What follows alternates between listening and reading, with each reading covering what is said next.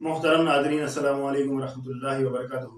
محترم ناظرین، ہم نے آج ایک نیا پروگرام شروع کیا ہے، اور اس پروگرام کی آج ایک پہلی ایپیسوڈ ہم پیش کر رہے ہیں آپ کے سامنے۔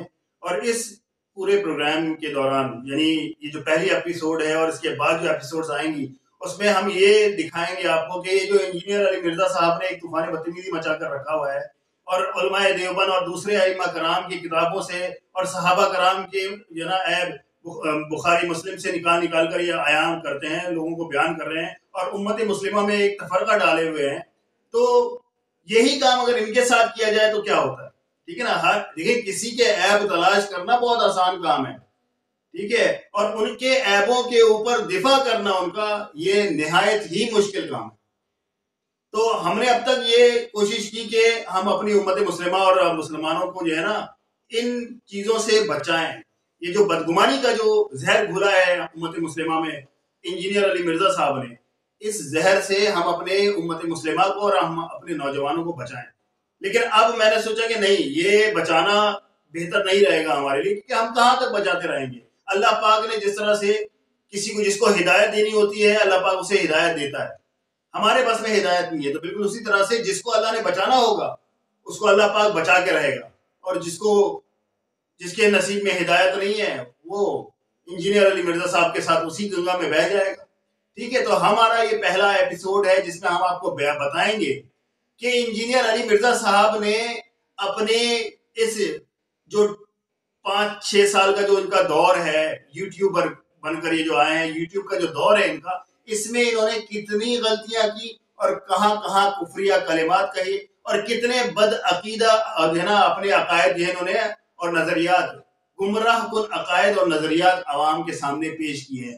اس پلیٹ فارم سے اب ہم نے یہ بیڑا اٹھایا کہ ہم ان کے تمام کفری عقائد اور جو انہوں نے غلط باتیں بیان کی یوٹیوب کے پلیٹ فارم سے، وہ ہم آپ کو کھول کر بتائیں گے اور دکھائیں گے کہ یہ جو علماء دیوبند اور دوسرے ائمہ کرام اور صحابہ کرام پہ جو یہ تان و تشن کرتے رہتے ہیں، ان کا اپنا کیا حال ہے۔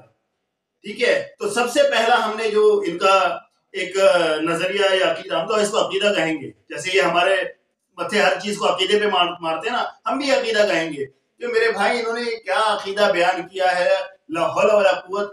میں سمجھتا ہوں ایسا گھٹیا اور برا عقیدہ جو ہے نا، شاید ہی تاریخ اسلام میں کسی نے گڑھا ہوگا جو انہوں نے گڑھا ہے۔ وہ کیا ہے؟ سب سے پہلی بات تو انہوں نے یہ کی ہے کہ اللہ تبارک تعالیٰ تو اللہ ہے نا، انسان کو بھی اللہ بنا دیا انہوں نے، یعنی انسان جو ہے منی اللہ ہے۔ کیا ہے؟ منی اللہ۔ میرے بھائی، منی اللہ یہ کس نے ایجاد کیا؟ انجینئر علی مرزا صاحب نے۔ فرماتے ہیں انجینئر علی مرزا صاحب، ان کے ویڈیو میں سن لیں آپ۔ جو کوالٹیز گاڈ کے پاس ہے، گاڈ کی کوالٹی کیا ہے؟ کن فیکون۔ جب کسی چیز کا ارادہ کرتا ہے وہ ہو جاتی ہے۔ تو جنت میں جنتی کیا ہوگا؟ یہی ہوگا، جب وہ ارادہ کرے گا وہی چیز کے سامنے آ جائے گی۔ اچھا، خدا کی کوالٹی اسے موت کبھی نہیں آنی، جنتی کو آئے گی۔ مسلم شریف میں حدیث ہے، جنتیوں کو موت نہیں آئے گی، بوڑھے نہیں ہوں گے، 30 سال کے جوان رہیں گے، بیماری نہیں آئے گی، کوئی مشکل نہیں آئے گی، اور سب سے بڑھ کر اللہ ان سے کبھی ناراض نہیں ہوگا۔ سر، وہ آپ کو ایک منی خدا بنانے والا ہے۔ اس حوالے سے فرماتے ہیں کہ انسان جب جنت میں جائے گا تو جب جنتی ہوں گے نا، وہ منی اللہ ہوں گے، مطلب وہ چھوٹے اللہ۔ لا حول ولا قوت الا باللہ العلی العظیم۔ یہ اتنا مطلب کہاں سے یہ گھڑ کے لے آئے ہیں کہ انسان جنت میں جا کے منی اللہ بن جائے گا، یعنی اللہ کا چھوٹا اللہ۔ توبہ استغفار۔